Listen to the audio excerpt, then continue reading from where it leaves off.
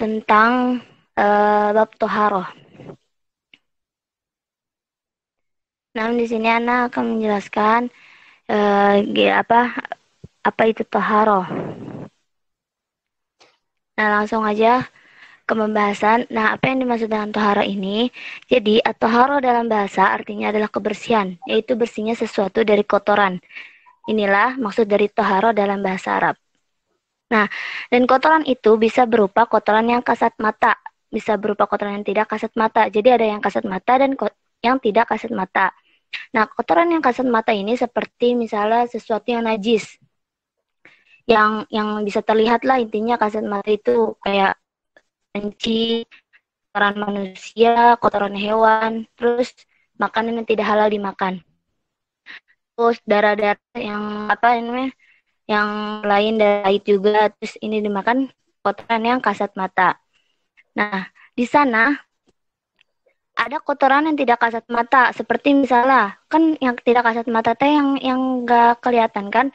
Nah, yang tidak kasat mata itu seperti dosa, kemaksiatan, sifat-sifat buruk manusia, akhlak-akhlak buruk manusia. Nah, ini yang dinamakan kotoran yang tidak kasat mata. Bersihnya sesuatu dari kotoran an-nadhafah itu mencakup kotoran-kotoran yang kasat mata dan kotoran-kotoran yang tidak kasat mata. Nah, ini semua itu dinamakan at-toharo, toharo dalam bahasa Arab. Yang artinya tadi apa? Kebersihan. Adapun makna dari at-toharo dalam syariat Islam adalah raf'u ma yanma'u shalah min hadatsin aw najasatin bil ma. Menghilangkan sesuatu yang menjadikan seseorang tidak boleh sholat baik berupa hadas ataupun berupa sesuatu yang najis. Menghilangkannya dengan air atau dengan yang lainnya. Nah, inilah hakikat dari tohara dalam makna syar'i. Nah, di dalam tohara ini ada perbedaannya juga, perbedaan hadas dan najis. Hadas sebagaimana didefinisikan oleh sebagian ulama adalah wasafu qa'imun bil badani yamna'u minas shalah wa nahwiha mimma tashtaratu lahu toharah. Jadi adalah hadas sifat yang melekat pada badan yang menjadikan badan tersebut tidak boleh melakukan ibadah sholat atau melakukan ibadah yang lainnya yang harus bersuci di dalamnya. Nah, inilah makna dari hadas. Hadas ini tidak najis secara kasat mata. Seperti misalnya orang kentut. Ketika orang kentutnya itu tidak najis dan orangnya juga dengan kentut tersebut tidak najis juga secara kasat mata.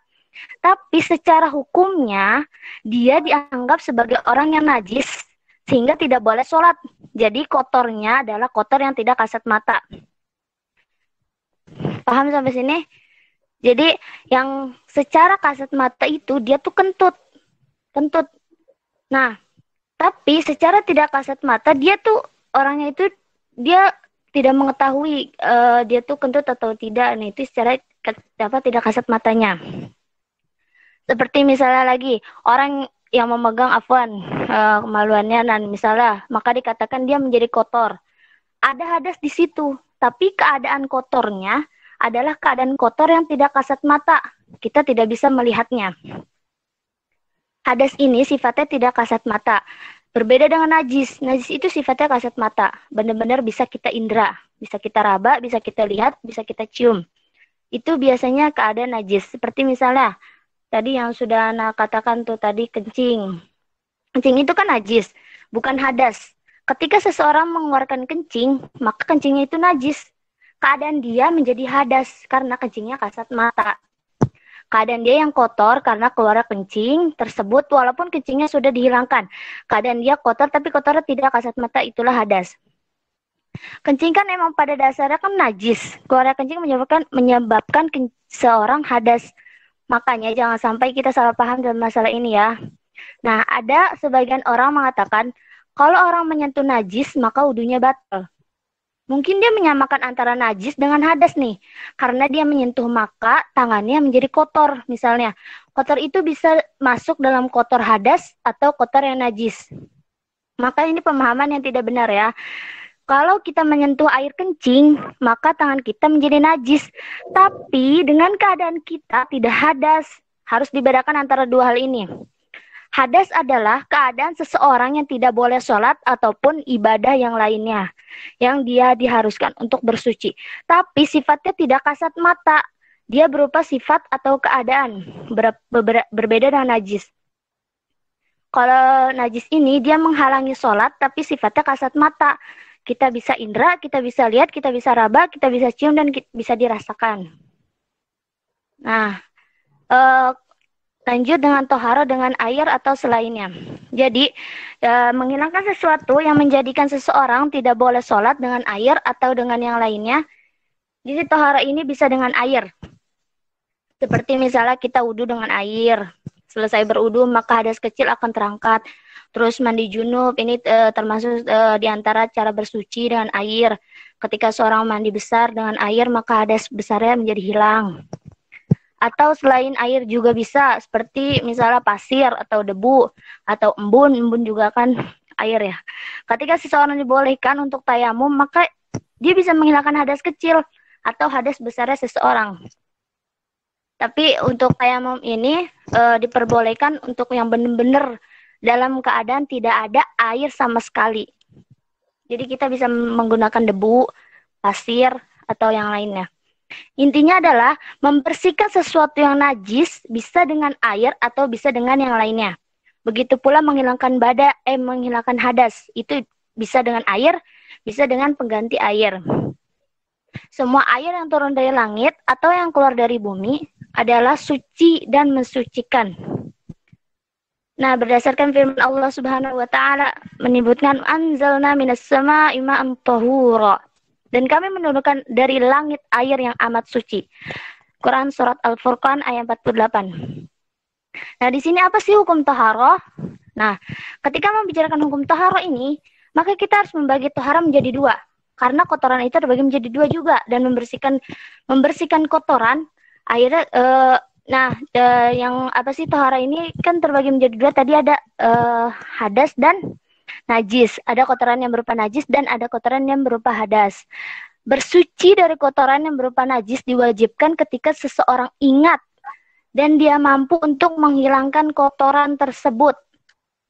Nah, dalilnya dalam firman Allah Subhanahu wa taala, "Wa thiyabaka fatahhir." Maka bersihkanlah bajumu. Nah, dari ini Quran surat Al-Mudaththir surat ke-74 ayat 4. Nah, ini salah satu dari penafsiran ayat ini. Kalau kita mengambil penafsiran ini, berarti bersihkanlah bajumu dari kotoran-kotoran yang menjadikannya najis. Di sini Allah Subhanahu wa taala memerintahkan kepada Nabi kita Muhammad sallallahu alaihi wasallam untuk membersihkan pakaiannya dari kotoran-kotoran yang najis. Nah, di sini dari kesimpulannya itu kita bagikan, jadi toharo itu ada dua, yang kotoran kasat mata sama kotoran tak kasat mata. Jadi perbedaan hadas dan najis adalah kalau hadas dia tak kasat mata, dan sedangkan najis dia bersifat kasat mata. Jadi pokoknya kalau misalnya sesuatu yang bersifat najis, dia harus benar-benar membersihkannya dengan air sampai itu hadas kecil, hadas besar itu bisa terangkat semuanya. Oke, sampai sini Ustaz. Oke, bagus. Nah. Cuman Zulfa, ini Ustaz belum menemukan belum menemukan fikho masailnya begitu. Itu kan deskripsi tentang hadas, tentang najis gitu kan. Kemudian juga tadi disinggung membersihkannya dengan air, bisa dengan debu. Itu kan deskripsinya. Maka pertanyaan mendasarnya, Ustaz bisa begini sama Zulfa, itu menurut pendapat siapa? Kan begitu. Zulfa mengutip itu. Nah, sebetulnya tinggal satu tahap lagi saja. Kira-kira ada tidak ulama yang punya perspektif yang berbeda terkait dengan yang disampaikan oleh Zulfa itu? Nah gitu ya, tapi tahan dulu, nanti Ustaz ingin juga mendengar presentasi yang sebelum-sebelumnya. Masih ada tidak? Kalau tidak ada yang hari ini harus presentasi siapa, silakan.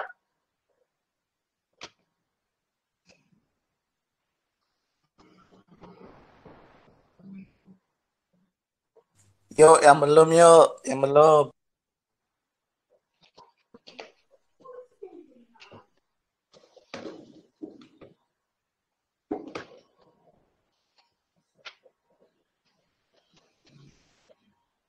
Ustaz bisa bertanya nggak?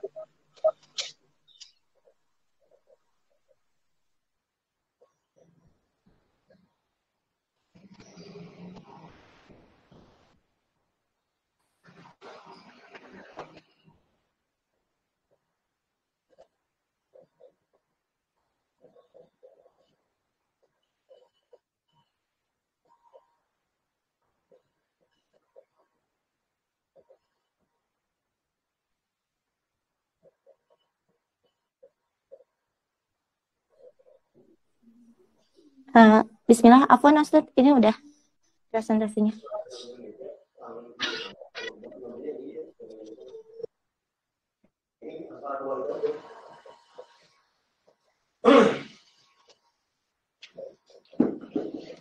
Masih ada? Silakan. Ana Ustaz. Oke, silakan. Perkenalkan, saya Ardina Bandani, Prodi Hukum Ekonomi Syariah. Sebentar Ustaz.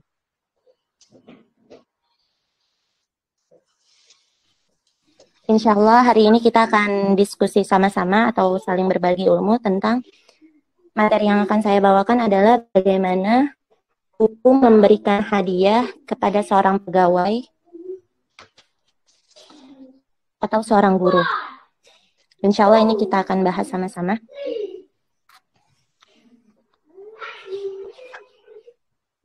Karena ini sering terjadi di masyarakat kita ketika ujian tengah semester, ketika pengambilan rapot di tengah semester atau pengambilan rapot di akhir semester, banyak wali murid yang memberikan hadiah kepada gurunya. Sekarang pertanyaannya, apakah si guru ini boleh mengambil maslahat atau mengambil manfaat dari hadiah yang diberikan oleh wali murid? Ini yang akan kita kupas sama-sama. Kita masuk ke hukum asal dulu. Hukum asal memberikan hadiah itu diperbolehkan atau sangat dianjurkan oleh Rasulullah SAW. Hal ini berdasarkan hadis tahadu tahabbu. Salinglah memberi hadiah, maka kalian akan saling mencintai. Jadi ketika seorang ayah memberikan hadiah kepada anaknya, seorang ibu memberikan hadiah kepada anaknya, seorang tetangga memberikan hadiah kepada temannya sesama saling kerja atau saling partner, itu sangat dianjurkan oleh Rasulullah. Tapi di sini harus diperhatikan ketika hadiah tersebut diberikan kepada orang yang punya jabatan atas pekerjaannya, contohnya kepada seorang hakim atau kepada seorang guru, mereka mengajar di sebuah instansi atau lembaga, atau seorang PNS, mereka yang sudah mendapatkan gaji pokok, gaji dari kas negara, sudah mendapatkan kesejahteraan dari kas negara. Pertanyaannya, apakah hadiah tersebut diperbolehkan? Karena hakikatnya ketika seorang guru diberikan hadiah oleh wali murid, itu bisa menimbulkan perasaan, bisa menimbulkan tidak amanahnya pekerjaannya. Itu yang sangat dikhawatirkan. Inilah dasarnya, sebagaimana dalam hadis Abu Humaid As-Sa'id, ini pernah terjadi di pernah terjadi di zaman Rasulullah. Jadi ada seorang Bani Asad namanya Ibnu Lutbiyah, dia ditugaskan untuk mengurus zakat. Ketika selesai dengan pekerjaannya, beliau datang kepada Rasulullah. Ya Rasulullah, beliau mengatakan hazalaka hazali, ini bagimu dan ini bagiku. Spontan Nabi SAW langsung berdiri di atas mimbar. Jadi Nabi tidak langsung berbicara kepada si Ibnu Lutbiyah ini, tapi beliau langsung berdiri di atas mimbar dan berkata kepada kaum muslimin, ada apa dengan pengurus zakat yang kami utus ini? Lalu ia datang dengan mengatakan, hadzalaka wa hadzali, ini untukmu dan ini untukku. Kata Rasulullah, wa halla jalasa fi baiti abihi wa ummihi fayanzuru ayuhda lahu amla. Kata Rasulullah, cobalah kalau kamu duduk di rumah ayahmu atau ibumu, cermatilah apakah kamu akan mendapatkan hadiah ini atau tidak. Rasulullah menegaskan kembali, demi zat yang jiwaku berada di tangannya, tidaklah seorang datang dengan mengambil hadiah seperti pekerjaan yang tadi, melainkan pada hari kiamat ia akan memikul hadiah itu di lehernya. Jika dia mendapatkan hadiah unta, maka akan keluar suara unta darinya. Jika dia mendapatkan hadiah sapi betina, maka dia akan keluar suara sapi betina. Dan jika yang dipikulnya atau hadiah yang didapatkan adalah kambing, maka dia akan keluar suara kambing. Jadi ini penegasan dari Rasulullah Shallallahu Alaihi Wasallam bahwa ketika kita sudah diamanahkan dalam suatu pekerjaan, hendaknya tidak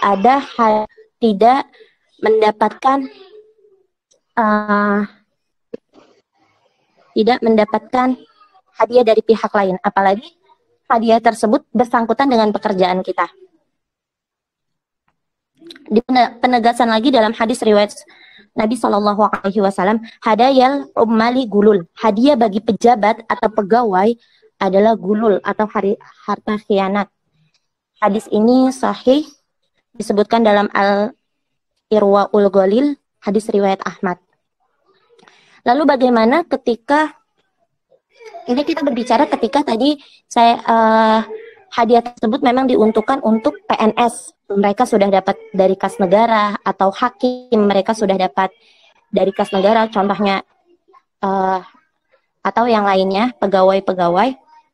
Bagaimana dengan guru yang kerja di suatu instansi atau lembaga swasta? Karena hakikatnya mereka tidak mendapatkan gaji dari negara, melainkan mereka mendapatkan gaji dari instansi atau lembaganya.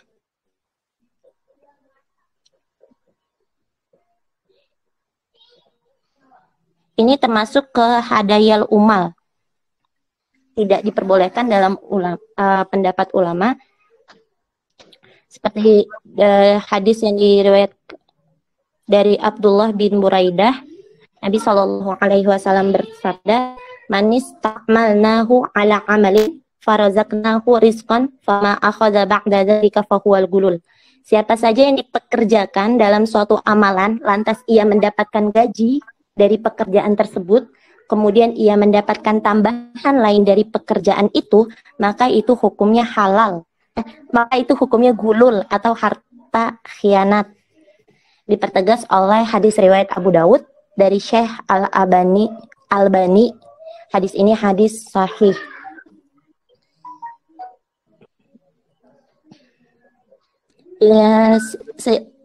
Itu yang saya paparkan, yang sudah saya dapatkan materinya. Jadi kesimpulannya adalah ketika seorang PNS atau pegawai negeri sipil yang mendapatkan gaji dari seorang wali murid, alangkah baiknya hadiah tersebut tidak dimanfaatkan sendirian. Atau alangkah baiknya jika memang sudah si wali murid ini memaksa untuk memberikannya, terkadang wali murid itu kita tidak boleh suzon juga ya. Ada juga wali murid yang memberikan hadiah dikarenakan bentuk apresiasi kepada gurunya kadang sudah membantu anak-anaknya ketika mendidik di sekolah. Kalau misalkan sudah terlanjur diambil, misalnya memang kita sudah berusaha menolak namun si wali murid ini masih memaksa, tidak mengapa kita mengambil, insya Allah silahkan diserahkan kepada instansi atau lembaga, minta persetujuannya dari lembaga. Misalnya dari kepala sekolahnya, saya mendapatkan hadiah dari si fulan seperti ini. Apakah saya boleh memanfaatkannya? Kalau misalkan diperbolehkan, ya silahkan ambil. Kalau misalkan tidak diperbolehkan, silahkan dikembalikan kepada instansi atau lembaga. Ini biasanya terjadi di sekolah negeri ya. Tapi berbeda ketika terjadi di sekolah swasta atau instansi lembaga. Biasanya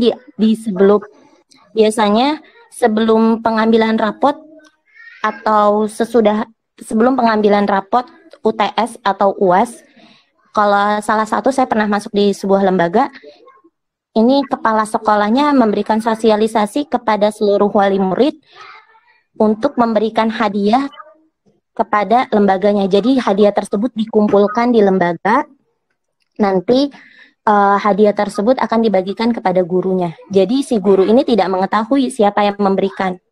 Insya Allah itu lebih baik.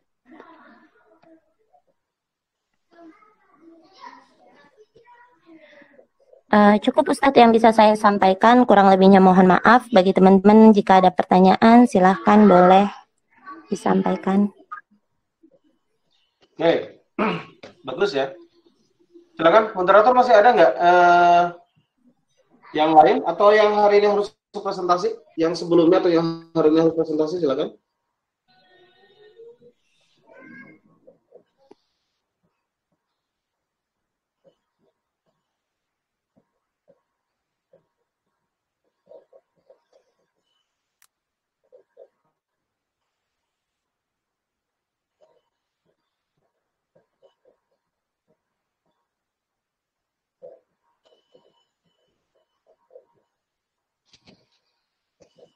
Masih ada? Sebentar lagi duhur loh.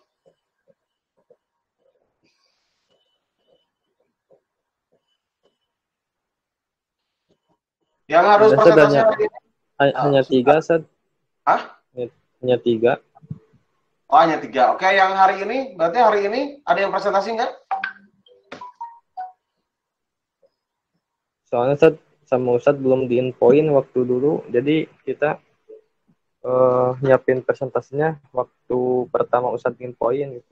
Oh, ya sudah gini, sekarang modelnya begini. Jadi setiap ketemu perkuliahan, pokoknya sampai dengan akhir perkuliahan nanti, UAS menjelang UAS, itu semua harus presentasi. Ustadz kasih kebebasan, judul sebebas-bebasnya silakan, yang mana saja, supaya tidak terkesan diatur begitu kan materi, nanti Anda kewalahan. Nah, kemudian yang keduanya, Ustaz akan kasih komen sedikit dulu dari presentasi yang hari ini. Para presenter, presentasi yang pertama ini seperti memberikan secara komprehensif. Ini bagus. Jadi ada beberapa pandangan yang memberikan kesimpulan tentang satu hukum terkait dengan zakat dagang. Nah, kemudian yang Zulfa yang kedua,